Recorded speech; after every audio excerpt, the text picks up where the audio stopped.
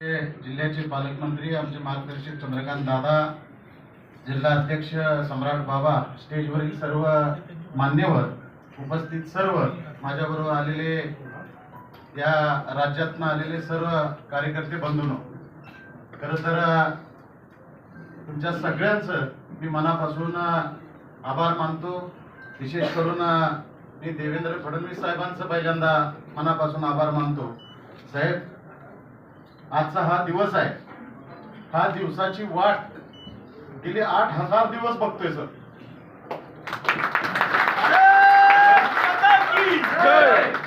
8,000 दिवसात एकही दिवस असा नसेल की या दिवसाची कधी आठवण आली, एक मिनिटभर का होईना आठवण आल्याशिवाय राहील नाही साहेब. पण आजचा हा जो दिवस आहे आमच्या दृष्टीनं अतिशय महत्वाचा आणि आमच्या आयुष्यातला सुवर्ण अक्षराने लिहिणारा दिवस आहे. तोच दिवस फक्त आणि फक्त साहेब तुमच्यामुळं आज हे आम्हाला बघायला मिळालं, आज इथं यायला मिळालं. कारण साहेब, ज्या वेळेला आदरणीय आप्पाने भारतीय जनता पार्टी सोडली आणि तेव्हापासून आजपर्यंत आम्ही 23 वर्ष साहेब वाट बघतोय की अण्णासाहेब डांगे आप्पांनी भारतीय जनता पार्टी का सोडली याचा कुणीतरी साहेब कधीतरी विचार करेल. परंतु दुर्दैवानं 23 वर्षात साहेब विचार झाला नाही. पहिले तुम्ही आमच्या दृष्टीनं आमचे देवदूत म्हणलं तरी होणार नाही. तुम्ही पहिल्यांदा आदरणीय चंद्रकांत दादा असतील, आमचे समीर दादा असतील, मकरंद भाऊ असतील, शेखरी नामदार साहेब असतील, या चौघांनी तुमच्यापर्यंत आमच्या ज्या काही वेदना होत्या की 23 वर्ष ज्या आम्ही एक मिनिट विसरू शकलो नाही, त्या सगळ्या वेदना साहेब तुम्ही त्यांच्याकडून ऐकून घेतल्या. आणि आजचा खरं तर तुम्ही आजचा जो दिवस आहे तुमच्यामुळं आज आम्हाला हा दिवस बघायला मिळतोय. मी तुमचे मानावे तेवढे, खरं तर वयानं तुम्ही माझ्यापेक्षा 2 वर्षांना लहान असाय,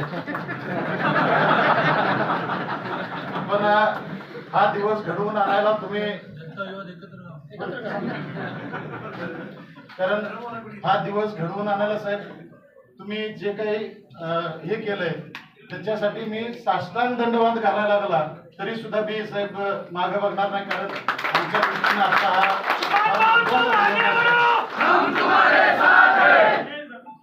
साहेब, आपले वडील आदरणीय काका असतील, काकी असतील, आपण त्यांच्या बरोबर सुद्धा काम केलं. अगदी आपल्या घरात येऊन चहा नागपूरला आल्यानंतर एवढे दोघांचे जवळचे संबंध होते.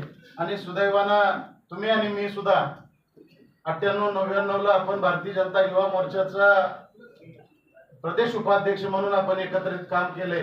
म्हणजे साहेब, आप्पांची पिढी असेल, आपली पिढी असेल, आपण सगळेजण तेव्हापासून एकत्र आहे. आणि राजकारण मला जेव्हापासून कळते साहेब, मला आठवते की सगळेजण महाराष्ट्रात भारतीय जनता पार्टी असेल, त्याच्या आधी जनता पक्ष असेल, त्याच्या आधी जनसंघ असेल, आणि